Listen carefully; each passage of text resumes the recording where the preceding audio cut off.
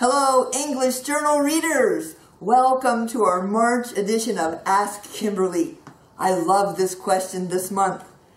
Our executives keep telling us we need more creative and innovative products and services, but I don't know where to start. Where do I begin?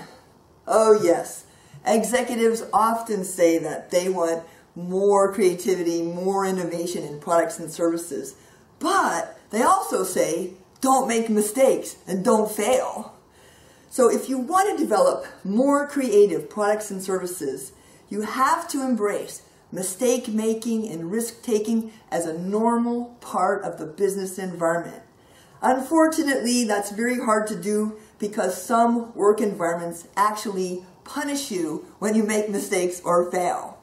Other, more creative environments take the opposite approach, rewarding people for learning from mistakes and from taking risk before the results, failure or success, are known. Here's some of the challenges we're facing. First, creativity decreases with age. A creativity quiz used by NASA was given to children. At 5 years old, the children scored 98%. Very creative. You know, kids can make a toy or a spaceship out of a box. But then at age 15, when they were given the same quiz, these same students only scored 12%.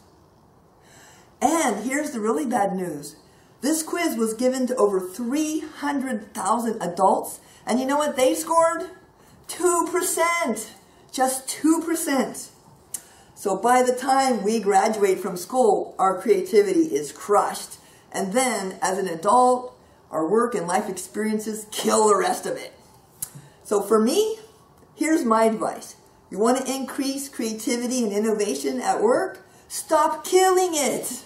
That's the best way to increase it. Here are some barriers we need to overcome in order to have more creative and more innovative products and services in the workplace. First, negativity. Do you know, studies have proven that if you make negative comments and criticize, you actually appear smarter. So when we say our ideas, other people tend to tell us what's wrong with it, why it won't work. Of course, they're trying to spare us the terrible disappointment if we should have a dream and work on it. And often the biggest critic is inside of our own head. That little voice in our head that tells us all the reasons why something won't work.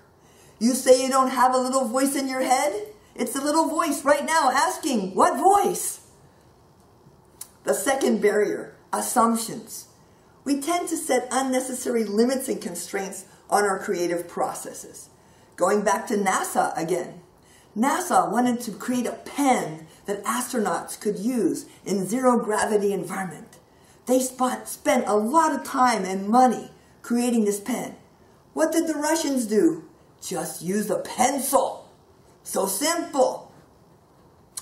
Then habits. Habitual behaviors are helpful because we don't have to think about how we eat, how we walk to work, the way we type on a keyboard. We just do these things out of habit, and it frees our brain for other more important tasks. But habits can also blind us to what's around us. That's why some new young person with no experience and fresh eyes can often see opportunities and problems that we are blind to in our workplace. We're like fish swimming in water, but we don't even know the water's there. And the last thing we have to overcome is biases. Our human brain is subject to almost 50 biases in how we view the world and how we think about things. We tend to think our perception is reality, but it's just perception. One of my favorite examples, visual illusions. Go ahead and Google visual illusions on images. You'll find all kinds of amazing examples of how our brain is easily tricked. So you want to change this, right? Well, let me talk about some small changes that can make a big impact. Here are a few ways that you can create much greater creativity and innovation, products and services in your workplace. Start with something small, like socks. Innovation socks. See? Wearing these socks every day, it's a subtle, small reminder to me to think differently. No one even has to see the socks. And oh, by the way, they don't have to match. It's a reminder to think out of the box. Then decorate your office. Get some toys, some koosh balls, something like this, and put them on your desk. Carry a rubber chicken around. It's attractive to people, and you'll talk to all kinds of strangers in the airport. Take creativity breaks. Stand up from your desk, go for a walk, look out the window, listen to a song, invite your coworkers to join you. Teams that take creativity breaks are much more creative and productive. Here's some more socks. If you don't have socks, write me. Maybe I have a pair that will fit you. And there's a book called Creativity in Business I love. Has all kinds of amazing and strange exercises you can do. And these boring glasses, get rid of them. How about something much more exciting? All right, follow the innovator's credo. Think big. Start small. Move fast. Experiment with these kinds of changes in your own behavior and at your workplace. You'll find other people will be inspired to follow your good example. Gradually, the natural creativity that you had as a child will be reawakened, and your work environment will be transformed into the kind of place that can spawn innovative products and services. And after this, we're going to take you out and show you a real workplace just like that. I hope you enjoy it.